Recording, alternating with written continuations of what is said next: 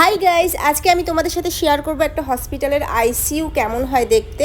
এখন আমি অফিসে যাচ্ছি, আর অফিসে যাওয়ার পরে তারপরে হচ্ছে আমি একটা হসপিটালে যাব। সেখান থেকে হসপিটালে গিয়ে তোমাদের সাথে শেয়ার করব একটা আইসিইউ দেখতে কেমন হয়। তোমরা কখনো আইসিইউতে গিয়েছো কিনা অবশ্যই কমেন্ট করে বলবে। আর আমি এই যে আমার অফিসে চলে এসেছি, এখন আমি একটু রেস্ট করব, চাটা খাবো, তারপরে আমি হসপিটালে চলে যাব। চলো হসপিটালে গিয়ে দেখা হচ্ছে। এই যে দেখো, এটা একটা হচ্ছে আইসিইউ, আর এটা একটা গভর্নমেন্ট যেহেতু হসপিটালের আইসিইউ, তাই এটা খুব একটা ভিআইপি কিছু নেই। আর হচ্ছে প্রাইভেট হসপিটালগুলোতে কিন্তু আইসিইউ অনেক বেশি ভিআইপি হয়, অনেক বেশি লাক্সারিয়াস হয়।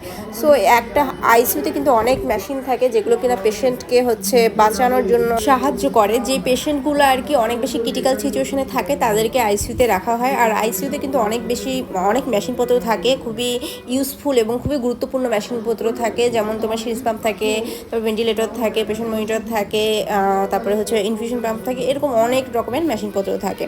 এবার এই মেশিনপত্রগুলো কিন্তু একটা বডিতে, মানে একটা মানুষেরকেই কিন্তু সবগুলো মেশিন লাগাইতে হয় বডিতে। যাই হোক, এরপরে আমি ডিটেলে, যদি তোমরা পছন্দ করো ভিডিও, তাহলে আমি ডিটেলে তোমাদের দেওয়ার চেষ্টা করব।